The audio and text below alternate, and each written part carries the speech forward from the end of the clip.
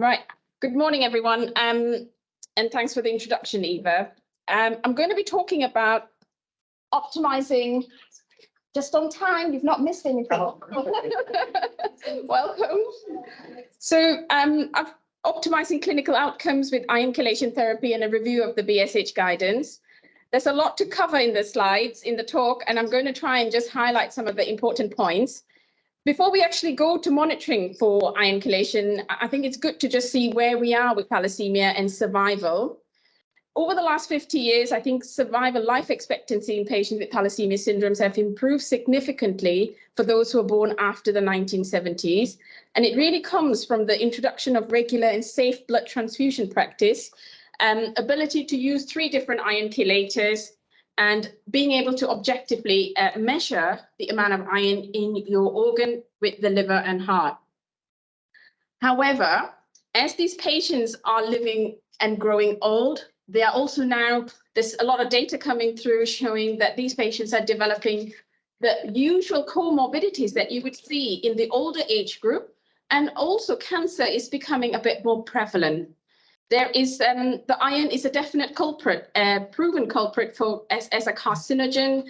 And if you think about it, it's the direct and indirect effects of the iron that is the non-transferrin bound iron that damages your cells at your cellular and DNA level, inactivation of your p53, formation of your toxic reactive oxygen species are all implicated.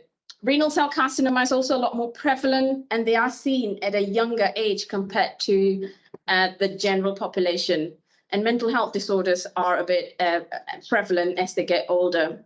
So yes, we've improved their quality of life. They are living longer, but I don't think we're doing them justice. There's still a bit of unmet need for this group of disorder. So if we just step back and see what can we do in terms of disease modifying for this patient and what's available at the moment, the only curative option is stem cell transplantation, and that too only in pediatric setting. And in the adult setting, we might need to watch the space in the coming months, but there's a policy review on the role of matched sibling transplant in adults, and also we'll await the outcome of NICE appraisal on your gene editing therapy. In terms of oral disease modifying agents, you've got the oral mitapivat and etavopivat. These are PK agonists, and they really work on improving the survival of your red cells and improving the energy and reducing hemolysis.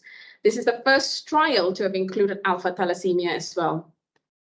The reason I've put this slide here, it's really important when you're seeing your patients in clinic to start thinking about genetics, checking if they've got matched siblings, and really motivating your patients that it's really important to have good iron control all throughout their life.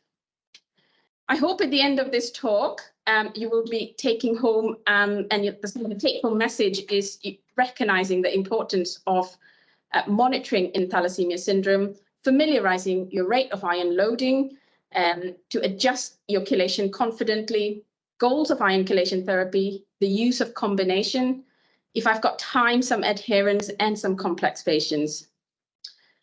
So monitoring is really everything. It really underpins the effective treatment that is really, without which you'd run a risk of over or under treating your patients. By monitoring these patients, you can pick up iron overload, you can diagnose iron overload, you can intervene with early ion chelation therapy before you actually get organ damage and organ dysfunction, assess toxicity from your chelation through your monitoring, and also manage some of the side effects that the patients might be developing. This is the BCSH guidelines that I would recommend everyone to have a look and read. A lot of what I'm talking today comes from the guidance here, and as well as the new UKTS standards that's going to come through very shortly. So if you look at the thalassemia syndromes, there's a massive spectrum of transfusion requirement in thalassemia syndrome. The one on the top box is your NTDTs, referring to your non-transfusion dependent thalassemia. And the one on the bottom is your TDTs, who are transfusion dependent. The entire spectrum of patients will develop iron overload. The NTDT patients, the rate of iron loading is a lot lower and slower due to the gut iron absorption and the suppressed hepcidin playing a role in the ineffective erythropoiesis. the patients with TDT through their transfusional iron overload. The patients with NTDT get managed quite badly because they may not turn up to clinic. You don't see them often enough as well. So why is it important that we diagnose iron overload? It causes a lot of morbidity and increases the mortality that we see in thalassemia syndrome. Ferritin is not the most reliable test. You do need confirmatory tests to confirm and know exactly what dose of iron you're prescribing for your iron overload. So the complications that we are aiming to prevent and manage in iron overload includes the development of growth and development failure, delayed sexual development and infertility, diabetes, hypothyroidism, and all the endocrinopathies. Now, these are actually non-fatal complications, but they actually cause a lot of morbidity and really impacts on the patient's quality of life.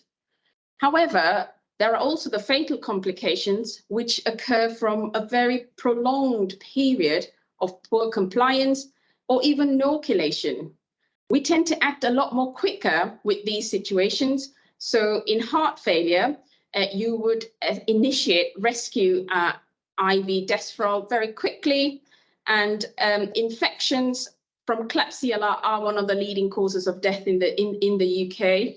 And liver fibrosis and cirrhosis and HCC from any exposure, prolonged exposure from iron in your liver. So how do we diagnose iron overload? We can use a number of different methods. One, by you actually estimating the tissue iron loading, and that is using your ferritin, or you quantify the amount of iron in your organ through your liver iron or cardiac iron. So the two methods that are commonly used is your FerriScan and your liver T2 star. And in your cardiac T2, you've got your cardiac T2 star and T1 mapping. Now, T1 mapping is quite good because you will pick up early iron loading in the heart, even when your T2 star is in the normal range.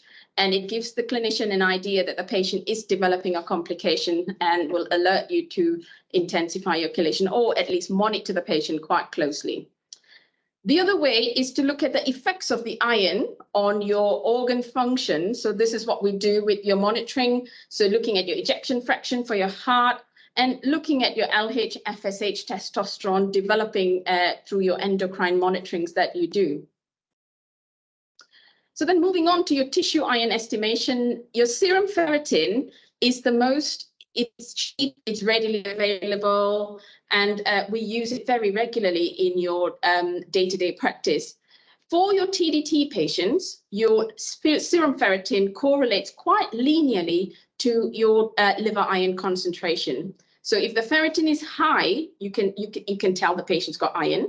If the ferritin is low, it's likely they haven't got iron, but it absolutely doesn't tell you how much of iron you've got. You really got to then measure with your cardiac T2 star and your liver iron concentration.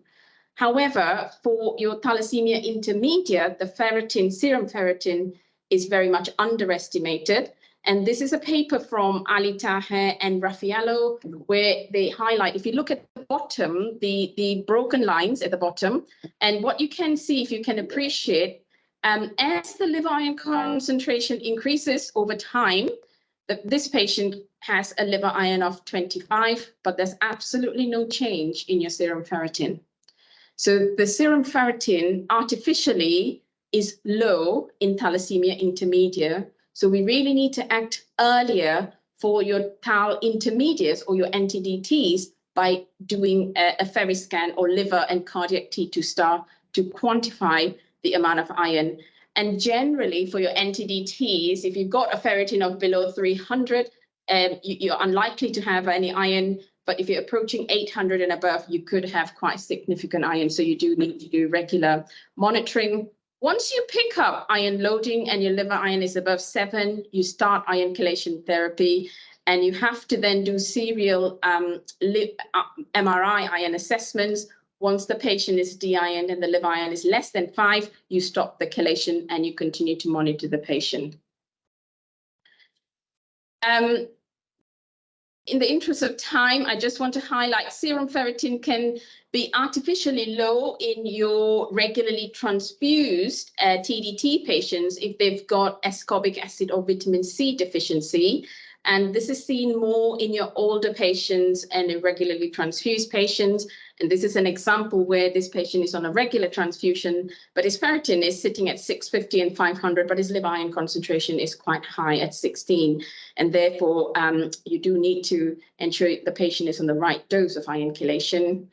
And for if there are any registrars and trainees in the call, or those who are not familiar with how the scans look like, the picture on your bottom right is what a FerriScan report looks like. And I'll come to the reference range values later on. But this patient has a ferritin that always sits between 4,500 and 5,500. Her initial liver iron was 31. She was intensified and her liver iron improved, but her ferritin never changed. And the only way I could confirm that was by doing her cardiac T2 star and a FerriScan value. So then moving on, this was a paper data that was published by Ang. She was from the Whittington. And what you really wanted to highlight here is that these patients have been stable on the same dose of chelation for about 12 months. And what you can see, the serum ferritin for the same amount of liver iron concentration, which is about 5, the desferrol and the XJ gives you a similar value for the ferritin. However, the deferriprone actually is artificially a lot lower. So the ferritin is pushed down by the deferriprone. So what this really means, if you're monitoring with ferritins, if your patient is on deferriprone and you've got a serum ferritin of 1,000, the patient is likely to have a slightly higher liver iron burden, just to remember that. So moving on then, we do know that the liver iron concentration really reflects your total body iron. And this is a paper published by Paul Telfer more than 20 years now, but it does carry the data and highlights the point. So this was 32 patients that were followed up for 15 years or 13 and a half years after liver biopsy. And what you can see in the graph C, which are a group of patients who had a liver iron above 15, mortality was really high for this group of patients. So it's really important that we get the liver iron, the iron control is optimized for these patients. Again, Angelucci published this data back in 2002, and what it shows for patients with a liver iron concentration of above 15, your rate of fibrosis progression is quite rapid, despite being hepatitis C negative. I'm just going to spend the next few minutes. We rely so much on the MRI liver iron measurements as clinicians to accurately decide on the iron chelation that we use. But in England, and in fact in the UK, we absolutely haven't got standardizations at the moment. And there are many different MRI methods that can be used to measure liver iron concentration. So it's a bit of work that I've been doing with some of my colleagues, and we had a look across what were the different MRI methods that have been used to measure liver iron concentration across England. And what we found so far among SHTs and LHT, majority of the teams are using FerriScan, seems to be the preferred method. However, you've got about a quarter of them who use just liver T2 star. And then there's a 10% group of centers that use a mixed liver T2 star. And when you get an abnormal reading, you would go on to use a FerriScan. So why is standardization really important? Because we know that different MRI methods give a relative bias to one another. Some methods are catastrophically, they fail at very high LIC. And you really need to be confident that you're prescribing your iron chelation for the correct amount of iron that you are measuring from your MRI technique. And also lack of standardization means that when you're discussing these patients at a regional or national level, it's really difficult to interpret what is the exact value of the liver iron concentration that the patient has. So what I would suggest to units that are using just liver T2 stars, if you're getting a value that is out of sync to your ferritin and the LFTs are completely normal, you have any doubts, please discuss them at your HCC. Ask for a second FerriScan. All the thalassemia HCCs are using FerriScans at the moment.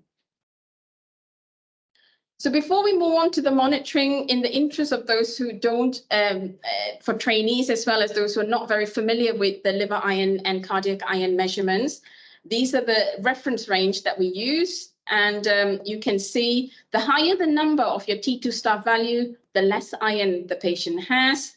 And the lower the value of your liver iron concentration using the FerriScan method, the better iron control the patient has. And as a marker, when your liver iron concentration exceeds 15, you run a risk of cardiac iron deposition. At any point, a low ejection fraction, regardless of your T2 star value, is always a concern. And for those who, in the interest of just to know a little bit of the kinetics of how iron loading occurs. So when you get blood transfusion, you first load your iron in your liver first. Once that is saturated, for majority of the patient, that's the mechanism.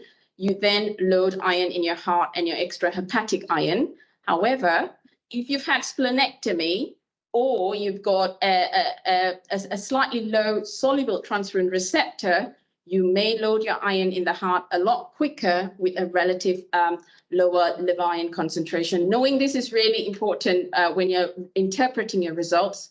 And when you're offloading or when you're removing iron through chelation, you will remove iron through the liver first before you remove iron from your heart.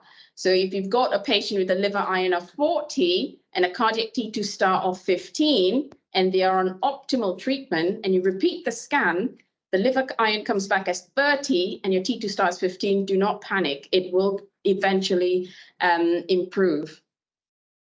Again, if you're using a liver T2 star method, the thing to remember is the higher the number, the more reliable is your test result to indicate that they have not got much in the way of iron.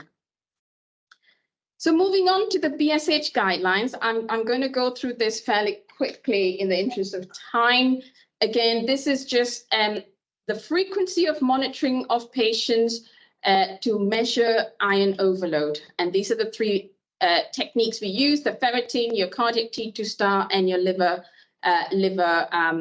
T2 star or FerriScan. For the good patients with good iron control, 2 yearly scans are adequate. For the very poor control patients, 6 monthly. The recommendations from the guidelines has been for a baseline scan at the age of 8, and they picked the age of 8 thinking children should be able to manage an MRI scan without sedation. However, if there's any concern among clinical teams, you should probably do a scan sooner under general anesthesia. And this paper really highlights that they can have cardiac T2 star, abnormal T2 star detected as young as 6 years of age. So it's a clinical decision. If you need to do a scan sooner, do not wait till they're 8 years old. So moving on then, this is just what are the frequency of monitoring to look for organ dysfunction in your patients who are on regular transfusion, generally for the endocrinopathies annually, but Dr. Balmuri will be going through this with you. I'm going to skip this slide. And the thing to highlight here is the soluble transferrin receptor. The low levels may indicate these patients have got a risk of cardiac siderosis relative to your iron loading.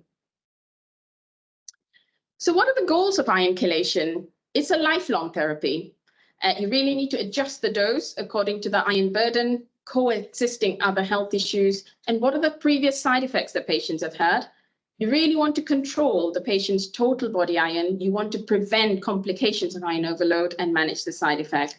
Nothing works if the patient does not take it or you don't prescribe the right dose. So for trainees or people who are not familiar with this, you're going to have to get used to this different abbreviation of desferal, deferricerox, or deferiprone can be very confusing if you're seeing it for the first time. But there are 3 chelation agents that are available and 6 combinations that are available. All are now commissioned through NHS England. And for stable control of iron, you really need to know how much of iron is coming through your transfusion. That really needs to match the amount of iron that goes out through chelation. And you can do that quite confidently if you know how to use the rate of iron loading calculation. So once you calculate the rate, and the transfusion rates that we're talking here really applies to your TDTs. For some of the other disorders, the pathophysiology or the mechanism of iron excretion does vary, and it may not be accurate, but but this is really just for your TDTs. So those with an average transfusion rate between 0.3 and 0.5, you just need generally average doses of iron chelation is sufficient. For those who have a low or a higher rate, you may need to adjust the dose accordingly. I absolutely go with this because it gives you confidence. Once you start using them in your clinics and you start looking at the rates and what happens to your chelation, you build confidence. It takes a while to get used to it, and you will build a confidence. So I'm just going to go through an example because this is really quite important when you have a couple of patients in your clinic. You're the ST5, you're in clinic, your consultant is away, and your nurse specialist comes to you telling this patient's got a high ferrous scan result, despite being on a good dose of XJ. The patient is on 3 units every 4 weeks, and the most recent MRI scan has come back to show the patient has got very severe liver iron overload, and they are actually on a good dose of XJ, which is 21 milligram per kilogram. This is an average rate. So what's happened? The weight is 50. So what do we do next? There's a few things that are going through your mind. Is the patient taking the iron chelation? Have I prescribed the right dose? Or are they having a side effect that they're not telling me? So the first thing you want to know is if you've prescribed the right dose, and you'll know that when you calculate the rate of iron loading. So let's look at that. So you do it over a year. So in a year, there's 52 weeks, and the patient comes in every 4 weeks, and that will give you 13 weeks. And every week they're having 3 units. And you multiply that by 200 milligrams because each bag of red cells has 200 milligrams, and then you divide that by weight and the number of years so that you get milligram per kilogram per day. And that works out at about 0.4 milligram per day. Now, this is a very average rate, and you know that the XJ that you've prescribed is also an average dose. So you can be confident probably the patient is not managed to do the chelation every day. You speak to the patient and you try and intensify the chelation if they would agree to it. So then moving on, if you've put your patient on an iron chelator, you've got to monitor for the toxicity of the chelators, and the guidance does describe what you need to do before you start and what you do while the patient is on the chelator. We're going to move the next few slides. I'm going to just talk about the different chelators and their properties, just a brief overview. So the Desferal is the very first iron chelator that was available. It's a large molecule, so you can only give it subcutaneously or IV. The outcomes to Desferal is really related directly to the number of days of chelation. So the more days they are on it, rather than the higher dose, is better than putting them on a high dose for just 2 days. The dosage ranges from 20 to 60, is 8 to 12 hourly infusions, and you really got to address some of the challenges that the patients have to ensure good outcomes with Desferal. Please ensure you calculate the therapeutic index. One of the things you might find is if your ferritin is low and you're getting a slightly higher index, but the patient has got significant iron loading, like the one I did in the first case, I would still stick based on the organ iron loading and monitor very closely with vitamin C. This is just an example of the retinal screening that you need to do with Desferal. And your eye department really needs to do an ERG, which is electroretinogram. And that's the sort of response you get from your ophthalmology colleagues to know whether your patient has got any toxicity from the Desferal. So deferiprone is oral. You give it 3 times a day. It's got a very short half-life, and it's got a preferential cardiac clearance. Now, some of the side effects that you do see with the deferiprone is the neutropenia, agranulocytosis, GI side effects, joint pains. And if you do exceed the recommended dose at high doses, neurological complications can occur. You just need to stop the medication if the patient has been taking too many of it. I'm going to just spend the next few slides talking about neutropenia and agranulocytosis with deferiprone. This was a paper that was published by Trichter in 2016. And what they did was they looked at 20-year clinical observation on deferiprone-induced agranulocytosis. What we know is thalassaemia patients frequently experience transient episodes of neutropenia. We're talking about mild to moderate neutropenia, which is 1 to 1.5. Independent even before they go on deferiprone. So the paper was looking, is it appropriate to interrupt the dose? It may be counterproductive, and is it safe in cases of high iron overload? Can we actually continue? And what they found was you used to see deferiprone-induced neutropenia more commonly in the pediatric than in adults. It's usually mild to moderate. And just because they've developed neutropenia does not mean they're going to go on to develop agranulocytosis. Patients who develop agranulocytosis, it was the typical idiosyncratic drug reaction. It was unpredictable and it's rare. It peaked about 1 to 3 months after.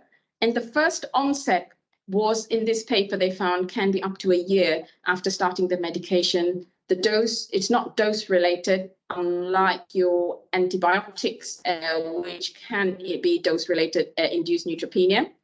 And the paper goes on to say you would not re-challenge these patients unless the risk of death from iron toxicity outweighs the benefit and you have no other option. You really got to discuss this with your patients and make them aware of it before putting the patients on deferiprone. I'd like to also highlight the paper actually shows they couldn't get a denominator to talk about incidence because they didn't have enough of other disorders. But what they did find, they found DBA patients on deferiprone. There were 7 cases, which were far more than the thalassaemia patients who developed agranulocytosis. So you wouldn't use deferiprone as a first choice for your DBA patients. But if you are using them, you've got to discuss it with the patient, make them aware of it, and you've got to educate them about the risks with it. So you need to monitor, educate them, stop it at the first onset of fever, check your full blood count, start your antibiotics, and give them GCSF. Now, the recommendation is you should continue monitoring for a year, which is really challenging when you've got a patient having to take it 3 times a day and come for weekly monitoring. So I think that's really hard. But they also go on to say in cases where there's reasonable high risk of iron toxicity, it may be reasonable to continue in the mild to moderate neutropenia with close monitoring, but it's really involving the patient and letting them know. So how do you then manage the side effect? I think the key for deferiprone is start at a low dose, 1 tablet a day, build up the frequency and the dosage, and ask them to take it with food. And as they escalate the dose, if they're developing a side effect, cut back to the dose before. And the risk does appear to be low in the older and post-splenectomy patients. You would aim for a dose of 75 milligram per kilogram per day for the steady dose. And if there's high iron burden and they're tolerating very well, you can go up to 100 milligram per day. And if the iron burden is low, you can drop it down to 50 milligram per kilogram. It's really about educating the patients on the side effect.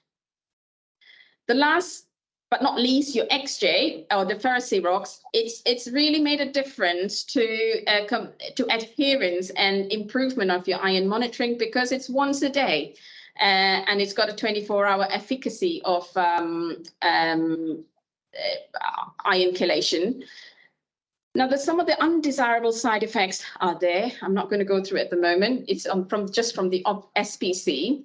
Now, it's really important with the XJ that you are prescribing the dose according to the rate of iron loading and you adjust them as the ferritin drops fairly quickly.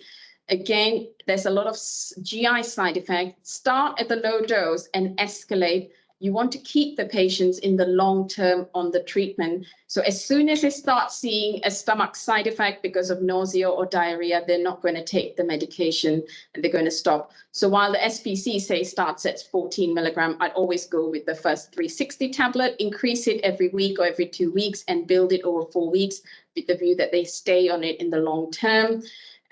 You can give lactase for those with lactose intolerance. And if the ferritin is falling really quickly, cut back on the dose. With very low liver iron concentrations, you can see, we've seen cases of GI bleeding, and you have to check, do an endoscopy, and sometimes H. pylori may play a role as well. Assess for renal Fanconi through your regular monitoring. And this does happen quite a bit with abnormal LFTs. What do you do with your XJ? I think so long as you're 3 times less than the upper limit of normal, you do not need to dose adjust.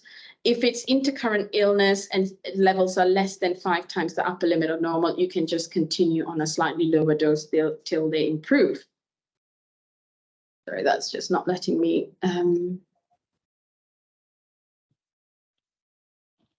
I'm going to skip that. So when do you intensify? I think we all know you need to intensify when your liver iron is above 7 and your cardiac T2 star falls below 20. And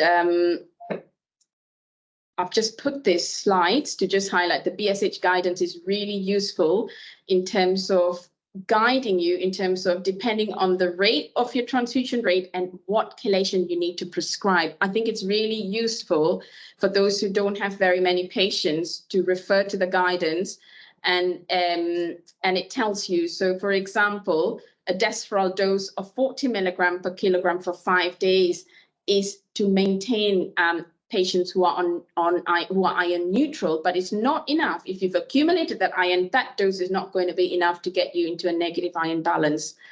And for children, please remember, do not exceed the mean daily dose of 40 milligram per kilogram. You get skeletal abnormalities and eye and hearing issues. So please remember that when you're prescribing for the children on desferal. I'm going to skip that.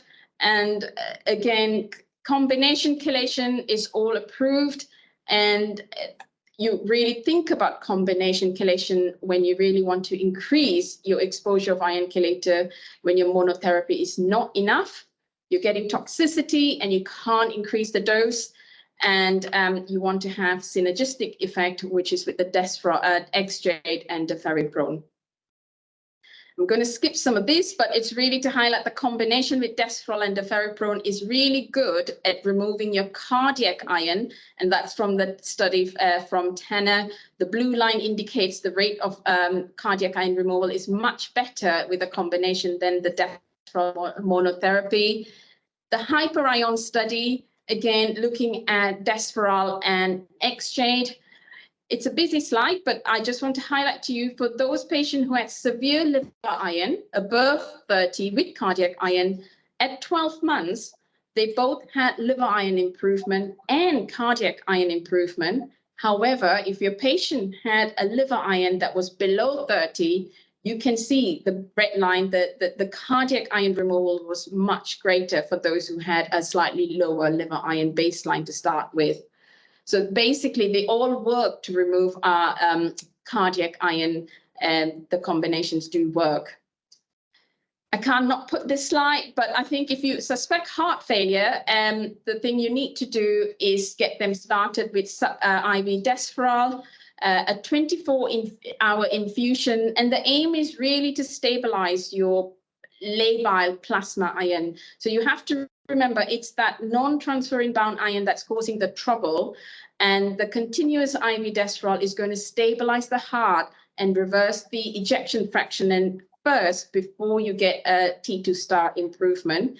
If you can't leave them on the 50 milligram dose, you can leave them on a slightly lower dose due to if they're having trouble with the renal or toxicity. Last few minutes of my slides, I'm just going to share some of the complex patients. If you are encountering patients with iron loading and they have got a renal disease or renal failure, what do you do? So once you've got renal failure, you can use all 3 iron chelators. at a lower dose for the XJ and Desferal. We do know that deferiprone does not accumulate in the kidney, so you can use the deferiprone at the recommended doses. However, pre-dialysis, deferasirox is contraindicated. You can use the Desferal at a lower dose and you space it out. I'm just going to show you an example. She's not a thalassemia patient, but this is a patient who was on a regular top-up transfusion. She's had a sickle related kidney transplant. And what you can see is her renal function is just below 30 mils per minute. Over the time, she had accumulated quite significant amount of iron. We started her initially on deferiprone, got her up to the maximum dose. It was still not enough. And we added the Desferal then, just a low dose at 20 milligram per kilogram, up to 3 times a week, which she tolerated really well. And then she dropped it EGFR at one point last year. So we've cut it back to 2 days now, and she's managing that really well. Her liver iron is coming down very nicely, and we're confident that she will clear the iron. And I'll probably leave her eventually, probably on the deferiprone if she prefers the tablet. What about pregnancy and the use of iron chelators? The risk of Desferal-related toxicity does appear to be low when it's used in the later on in pregnancy. Low doses can be used from about 20 weeks with those with liver and cardiac iron loading. And the aim is really to prevent decompensation through the toxic iron rather than actively removing the iron. So once the patients become pregnant, you stop all the chelators.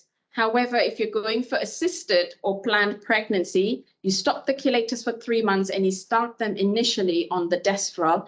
At the time of ovulation, you just stop it. It's very planned, organized. It can be quite tricky to do, but that's the recommendation. So we have managed about 7 pregnancies at the MFT.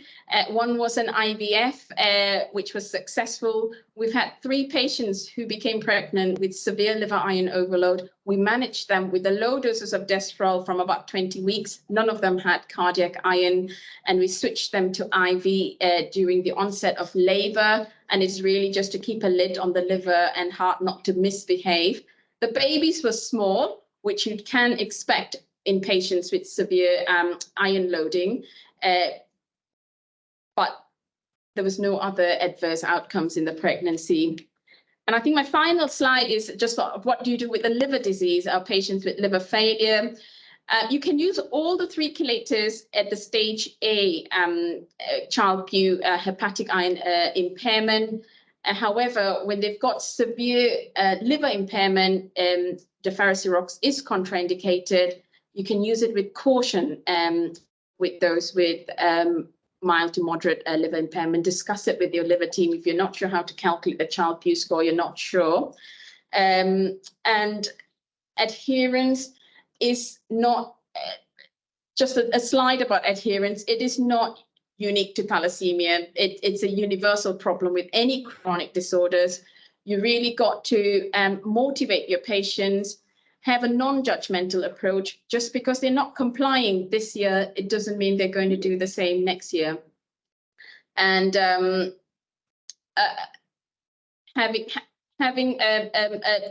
clinical teams really got to try and find a solution for the problems. And the language used to address compliance is really important. So please remember, for patients, some of the social and cultural factors are barriers to adherence, and this is going to come through the new standards that's going to be published soon. So finally, effective monitoring is really the key for clinicians to pick up early warning indicators of iron overload, so you can act on them before they develop organ dysfunction. You have to work with your patient to find the right dose and that they are taking their medication consistently. Be responsive and adjust the therapy based on the iron burden and the side effects.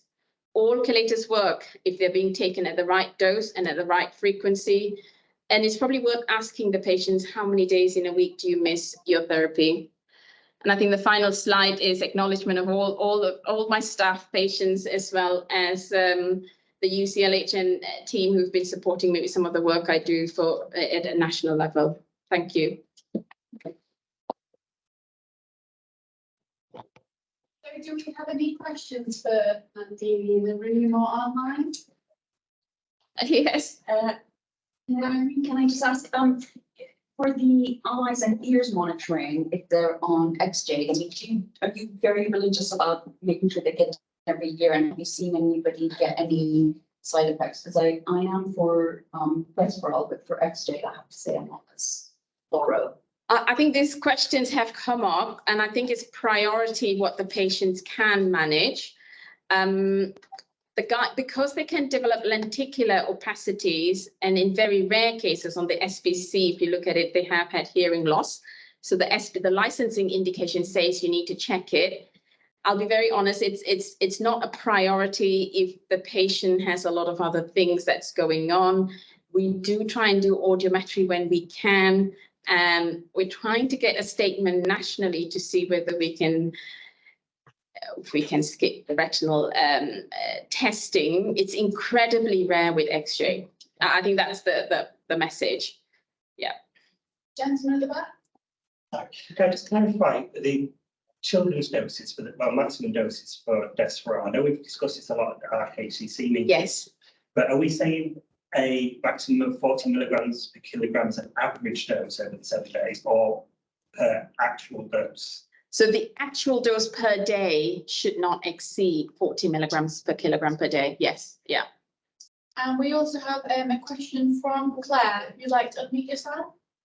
Great, thank you. Thanks, Nandini. Excellent summary of the issues involved. I've got a question regarding monitoring for proteinuria in patients on Xjade. So first question relates to patients without pre-existing renal disease. You know, the SPC just talks about watching out for Fanconi syndrome. My experience is that often you see that protein level going up, and then if you don't do anything and reduce the dose, you start to see the eGFR reducing. You know, that tends to be the first sign of renal toxicity. So I get quite concerned if it's above 50 and think about reducing the dose at that point or giving the patient a break. So, but my first question was, what do you do in that scenario?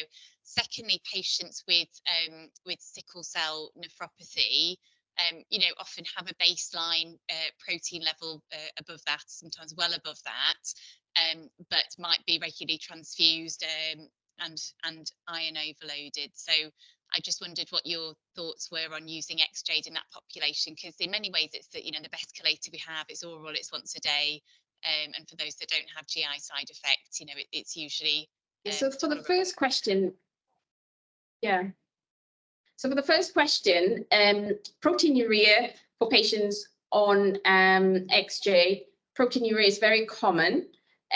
So when you start seeing proteinuria, what I tend to do is first check whether are they being overchelated.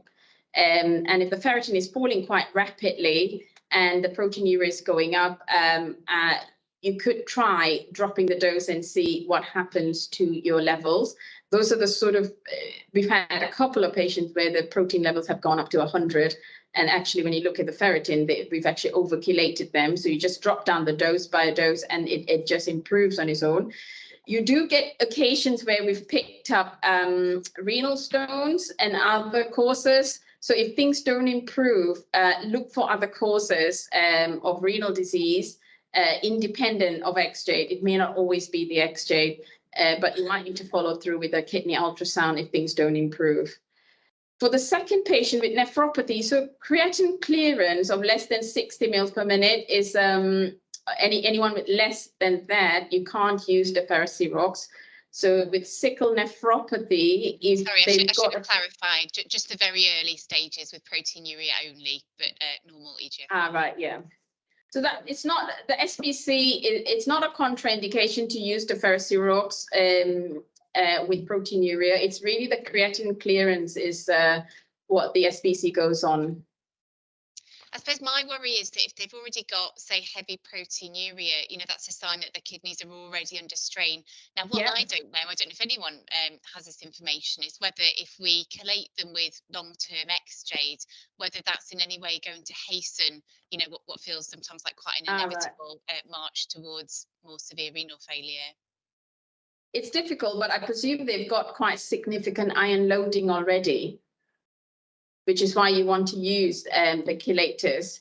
So what we do know, and there's a lot of work going on with iron loading in the renal disorders and iron deposition in your tubules, and the chelators themselves causing a renal dysfunction. You could try with deferiprone. So I tend to prefer to use deferiprone with them first, and Desferal is an option.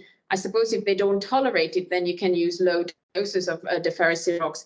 But the key is there's a lot more understanding about renal disorders, and iron in the kidneys are toxic. Your chelators are toxic. These patients do end up with renal dysfunction, and then you've got the Sickle component on top of it as well.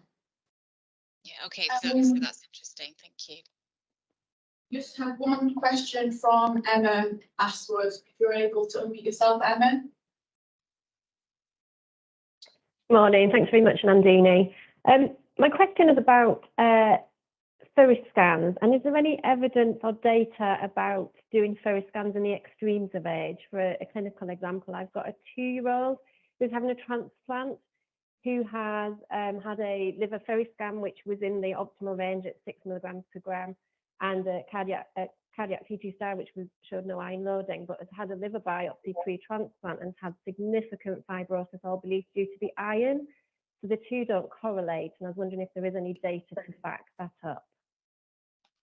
So I think the current gold standard is ferrous scan. I don't know if the child has had previous iron loading, or maybe there's another pathology for this child not related to this disorder. I don't do pediatrics, so it's difficult, but it is quite difficult. It's, you know, she's only 2 and she's got fibrosis. Do we think there's another pathology involved? The ferrous scan is, there's a lot of quality assurance to it, and it's probably the best method we have of measuring iron loading at the moment, or at least that's the most used method of measuring iron loading, and the values that we get are quality assured and quality controlled. But I won't be able to answer whether that correlates with the fibrosis. I don't know is the answer. It's very difficult, Emma. Yeah, no, that's great. Thank you. Yeah. Fantastic. So do we have any more questions before we move on to our next speaker? No? Brilliant. Thank you so much. Oh, wait, we do have one. Is it Haemoglobinopathy? You'd like to speak? Yes. Thank you for the nice talk. It's just my question is about risk of infection with siderophilic organisms. Do you see that more common with the iron chelator rather than the state of iron overload? I.e., if there are any other factors that could play in having a vascular access like podcast to come for transfusion, and what you do about it really in terms of trying to reduce this risk. So Abubakar, this is for your transfusion-dependent thalassemia patients. It's a general question, really. Is it more with is a state of being transfusion dependent, like the transfusion-related iron overload? So we do know transfusional iron. So we do know the higher your iron burden is, you're immunosuppressed, and the risk of infections are higher. So patients who are heavily iron loaded, there is a reduced risk, or your immune surveillance is reduced, and you're at a higher risk of infection. So we recognize that. So trying to get the iron control, improving your iron control will improve that, definitely. Of course, splenectomized patients have a higher risk of encapsulated organism. There's no, I don't know the data, but having a port inserted to de-iron the patient, I don't know if there's any data on that, but we would do that quite routinely sometimes for patients when you want to de-iron or access is a problem and you want to improve their transfusion experience. Thank you. Thank you. So just in the interest of time, if anyone does have any other questions, please pop it in the comment box and we will get those answered and back to you next week. We're just going to have Kelsey to introduce you to our next speaker.